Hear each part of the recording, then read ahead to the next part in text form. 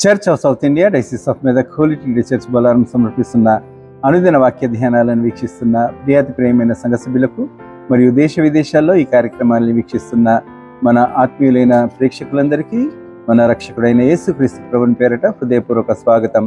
Fulfilment of the prophecies regarding Jesus birth, యేసు ప్రభు జననమును గురించి ప్రవక్తల ప్రవచనములు, వాటి నెరవేర్పు అనే అంశంపై మన ప్రియులు పెద్దలు శ్రీమతి జె పద్మలలిత జనార్దన్ గారు అందిస్తుండగా వింటున్నాం. మరి ఈనాటి అంశం యోసేపు ఐగుప్తు నుండి బెత్లెహేమునకు ప్రయాణం, the flight of Joseph from Egypt to Bethlehem. ఈ అంశంపై సందేశాన్ని వినకమునుపు ఈ చక్కటి క్రిస్మస్ గీతాన్ని విందాం.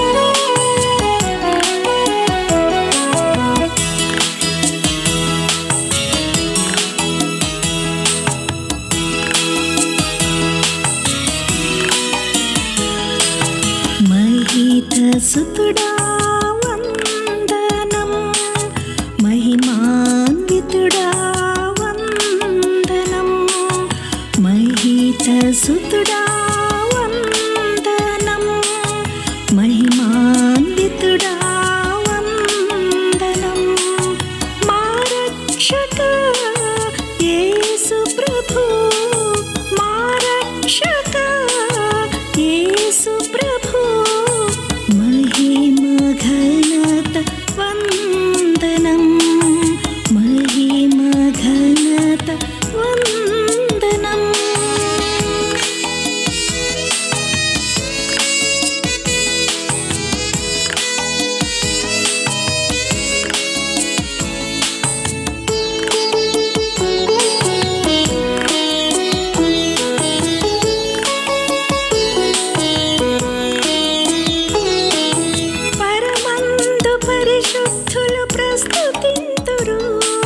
ధరయందు భక్తులు నిన్ను కీర్తింతురు,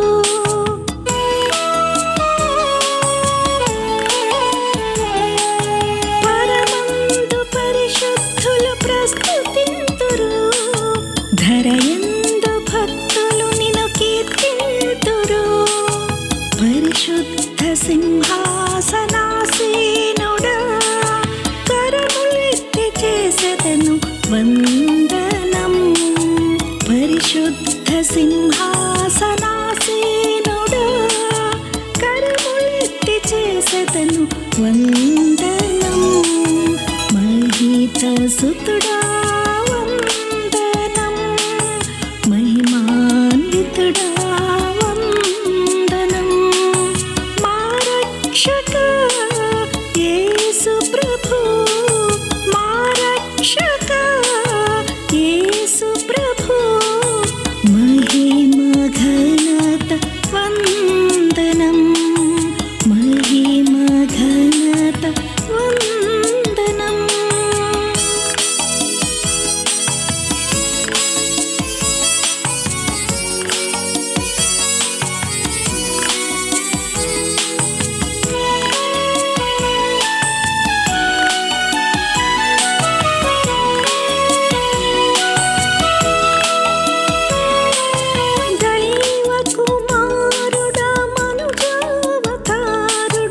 దేవుడు నీవేగా యేసు ప్రభు,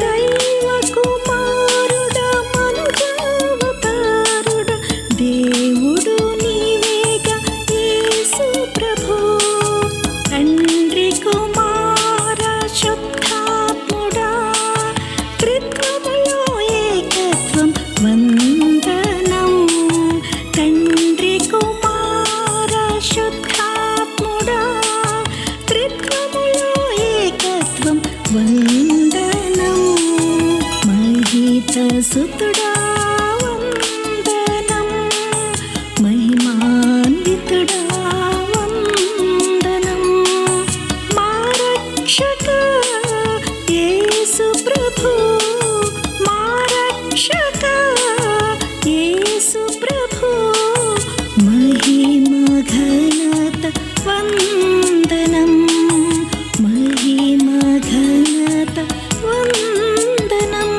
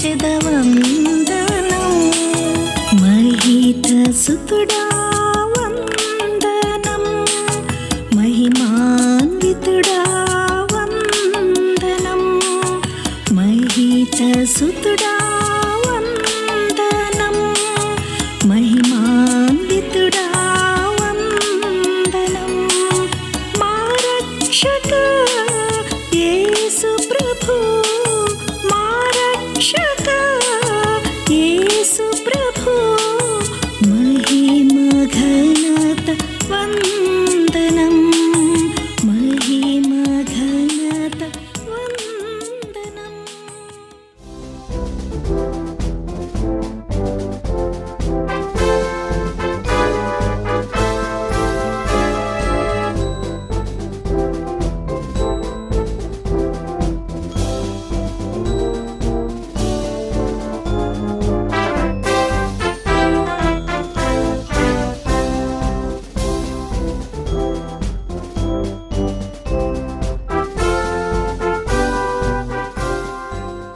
యేసుక్రీస్తు పరిశుద్ధ నామములో మీకు అందరికీ శుభములు కలుగును గాక. అనుదిన దైవ ధ్యానాలకు స్వాగతం. ఒక మాట ప్రార్థన చేసుకుందాం. ప్రేమ నమ్మకం గల ప్రభువా, కృపగల తండ్రి, నీ పాదాలకు వందనాలు, స్తోత్రాలు, కృతజ్ఞతలు. వాక్యం ఎంత నిర్మలమైంది, ఎంత స్వచ్ఛమైంది నాయన, నీకు వందనాలు. వాక్యం ద్వారా మమ్మల్ని సంధిస్తున్నందుకు నీకు వందనాలు ప్రభా. ఏ క్రియ చేసిన ప్రభా మీకు భయపడి చేసే కృప దయచేయమని, ఈ వాక్య భాగాన్ని ఆశీర్వదించమని నజరేయుడైన యేసుక్రీస్తు పరిశుద్ధ నామములో ప్రార్థన చేసి వేడుకుంటున్నాను పరమ తండ్రి, ఆమేన్. హోషేయ గ్రంథము 11వ అధ్యాయం 1వ వచనం. హోషేయ గ్రంథము 11వ అధ్యాయము 1వ వచనం. హోషేయ గ్రంథం. ఇశ్రాయేలు బాలుడై ఉండగా నేను అతని ఎడల ప్రేమ కలిగి నా కుమారుని ఐగుప్తు దేశంలో నుంచి పిలిచితిని. ప్రవక్తలు వారిని పిలిచినను బయలుదేవతలకు వారు బలులు అర్పించి విగ్రహములకు ధూపం వేసిరి. మన లేఖన భాగము, ఇశ్రాయేలు బాలుడై ఉండగా నేను అతని ఎడల ప్రేమ కలిగి నా కుమారుని ఐగుప్తు దేశంలో నుంచి పిలిచితిని. ఈ వాక్యం ఎక్కడ నెరవేరిందండి? మత్తయి సువార్త 2వ అధ్యాయం 13వ వచనం. మత్తయి సువార్త 2వ అధ్యాయం 13వ వచనంలో నెరవేరింది. ఎలా నెరవేరిందో చూద్దాం. వారు వెళ్ళిన తర్వాత, ఇదిగో ప్రభుదూత స్వప్నమందు యోసేపునకు ప్రత్యక్షమై, హేరోదు ఆ శిశువును సంహరింపవాలని ఆయనను వెతకపోతుండ గనుక నీవు లేచి ఆ శిశువును ఆయన తల్లిని వెంట పెట్టుకుని ఐగుప్తునకు పారిపో. ఇది ఆ కాలం, యేసుక్రీస్తు జన్మించిన కాలంలో జ్ఞానులు వచ్చారు, నక్షత్రాన్ని చూసి యేసుక్రీస్తును పూజించారు. తర్వాత బహుమానాలని బంగారము, సాంబ్రాణి, బూలం అర్పించారు. వాళ్ళు వెళ్ళిపోయిన తర్వాత ప్రభుదూత స్వప్నమందు ఎవరికి? యోసేపుకు ప్రత్యక్షం. యోసేపు ఎవరండి? మరియకు ప్రదానం చేయబడిన వాడు. యేసుక్రీస్తు తండ్రిగా, అంటే ఆయనకు తండ్రి కాదు కానీ తర్వాత యేసుక్రీస్తు తర్వాత కొంతమంది పిల్లలు పుట్టినట్టుగా వాక్యంలో ఉంది, వారికి తండ్రి.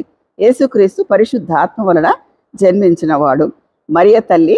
అయితే యోసేపుకు ప్రదానం చేయబడింది కాబట్టి యోసేపు మరియతో పాటు ఉన్నాడు ఈ జనన కాలంలో. అప్పుడు యోసేపుకు దూత ప్రత్యక్షమై, ప్రతి కమ్యూనికేషన్ కూడా దూత స్వప్నంలో చెప్పడం, ప్రత్యక్షం కావడం, అలా కమ్యూనికేషన్ ఉండేది. మోషే కాలంలో దేవుడు మేఘము ద్వారా మాట్లాడాడు, సుడిగాలి ద్వారా మాట్లాడాడు, చాలా రకాలుగా మాట్లాడాడు. ఇక్కడ స్వప్నం ద్వారా మాట్లాడుతున్నాడు. యోసేపుకు ప్రత్యక్షమై ఏం చెప్పాడంటే, నువ్వు ఆ శిశువును సంహరింపాలని హేరోదు, ఇప్పుడు మహాహేరోదు అండి, 6 హేరోదులు అని చెప్పాను కదా. ఈ మహాహేరోదు కాలంలో ఒక మాట బిరికిడ్లోకి వచ్చింది. ఏంటంటే, ఆయన ఎవరిని మగ శిశువులందరూ సంహరించాలనుకున్నాడు అని ఆజ్ఞ రాగానే నువ్వు ఇక్కడి నుంచి తప్పించుకొని పోవాలా. ఆ మగ శిశువులో యేసుక్రీస్తు ప్రభు ఉన్నాడు. ఆయన ఒక సంకల్పంతోనే ఇక్కడికి కొని రాబడ్డాడు. ఆయన పరిశుద్ధాత్మ వలన కన్య అయిన మరియ గర్భమందు జన్మించాడు. ఆయనకు ఒక పర్పస్ ఉంది, ఒక లక్ష్యం ఉంది. లోక పాపాలన్నీ, సర్వ మానవారి పాపాలు క్షమించడానికి ఆయన శిలువలో వేలాడబడాలి, ఆయన చనిపోవాలి, తిరిగి లెగాలి, అప్పుడు పునరుద్ధానం తర్వాత సువార్త ప్రకటించబడాలని ఆయన జన్మ యొక్క లక్ష్యము. అందరూ బ్రతకడానికి పుడితే యేసుక్రీస్తు ప్రభు చనిపోవడానికి పుట్టాడండి. ఎవరైనా పుట్టిన రోజే మీరు చనిపోతారని చెప్తారా? సుమయోను అలాంటి మాట చెప్పాడండి. కానీ యేసుక్రీస్తు ప్రభు లక్ష్యం ఏమిటంటే సర్వ మానవాళి కొరకు చనిపోవాలి. ఇక్కడ ప్రభుదూత స్వప్నమందు కనిపించి యోసేపునకు ప్రత్యక్షమై కనబడి, హేరోదు ఆ శిశువును సంహరింపాలని ఆయనను వెదకబోచుడు గనుక నీవు లేచి ఆ శిశువును ఆయన తల్లిని వెంట పెట్టుకుని ఐగుప్తునకు పారిపోయి కొంతకాలం అక్కడ ఉండవాలి. ఎంతకాలం అంటే తర్వాత చూద్దాం ఎంతకాలం ఉంటాడు. ఎంతకాలం ఉన్నాడు అక్కడ అంటే ఆయన ఈ సంహరించాలనుకున్న వ్యక్తి చనిపోయేంత వరకు కూడా ఉన్నాడు. ఇక్కడ 19వ వచనంలో ఉంటుంది, హేరోదు చనిపోయి తర్వాత ఇదిగో ప్రభుదూత ఐగుప్తులో యోసేపునకు ప్రత్యక్షమై నీవు లేచి ఆ శిశువును తల్లిని తోడుకొని ఇశ్రాయేల్ దేశమునకు వెళ్ళుము. అర్థమైంది కదండి. ఫస్ట్ బెత్లెహేం నుంచి ఎక్కడికి పొమ్మన్నాడు? ఆయన ఐగుప్తుకి వెళ్ళమన్నాడు. ఐగుప్తుకు అబ్రహాం వెళ్ళాడు, యాకోబు వెళ్ళాడు. ఏదైనా ఆపద రాగానే ఐగుప్తుకి వెళ్ళే అలవాటు ఉంది యూదులకు.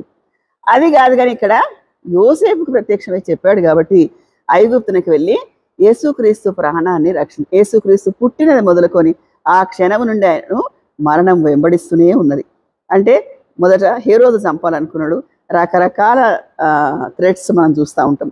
ఇక్కడ చనిపోయినప్పుడు చెప్తాడు, ఇలాంటి థ్రెట్ ఉంది యేసుక్రీస్తు ప్రభువుకు, కాబట్టి స్థలం విడిచిపెట్టి మీరు వెళ్ళండి అని చెప్తాడు. ఆయన చనిపోయిన తర్వాత తిరిగి రప్పిస్తాడు. ఇది ఇంకొక ప్రవచనం నెరవేర్పు. అది యోషయా గ్రంథం 11వ అధ్యాయం 1వ వచనంలో చదివినాం. ఇశ్రాయేలు బాలుడై ఉండగా, యేసుక్రీస్తు ప్రభు బాలుడై ఉండగా ఎక్కడికి వెళ్ళాడు? ఐగుప్తులో ఉన్నాడు. కొంతకాలం తలదాచుకున్నాడు. వాళ్ళ తల్లి, పిల్లలు, తల్లి, యేసుక్రీస్తు ప్రభు శిష్యుడు, తర్వాత యోసేపు అక్కడ ఉండి హేరోదు చనిపోయిన తర్వాత తిరిగి బెత్లెహేంకి వచ్చారు. ఇక్కడ ప్రవచనము అక్షరాల నెరవేరింది. మన సబ్జెక్టు ప్రవచనాల నెరవేర్పు. ఇది హోషేయ గ్రంథం 11వ అధ్యాయం 1వ వచనం ప్రకారంగా ఇక్కడ ఒక ప్రవచనం నెరవేరింది. ప్రతి మాట కూడా విలువైంది, ప్రతి మాట కూడా శ్రేష్టమైంది, ప్రతి మాట కూడా రుజువు ఉంది, ప్రతి మాట కూడా చరిత్రాత్మకంగా రుజువు చేయబడింది. ఈ వాక్యాన్ని నమ్మి మనకి ఆ వాక్య ప్రకారంగా జీవించడానికి దేవుడు కృపను అనుగ్రహించును గాక. ఆమేన్.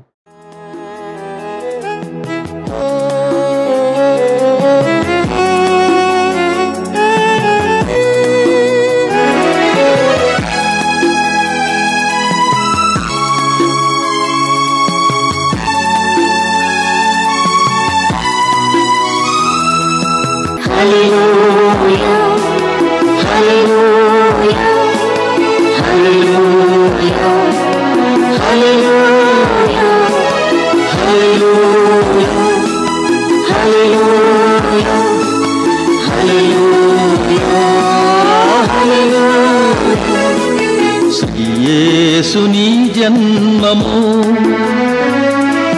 లోకాన పర్వదినం, యేసుని జన్మము లోకాన పర్వదినం, ఆ వార్త ప్రకటింపను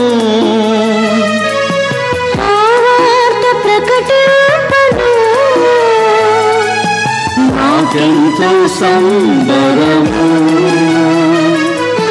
హల్లెలూయా హల్లెలూయా హల్లెలూయా హల్లెలూయా హల్లెలూయా హల్లెలూయా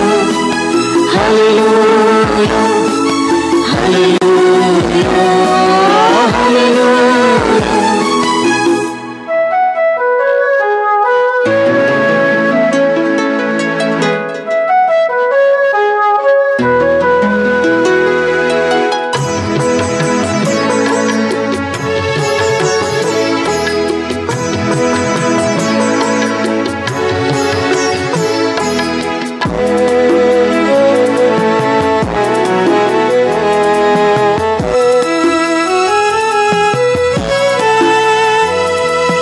ప్రవచన వాక్యములు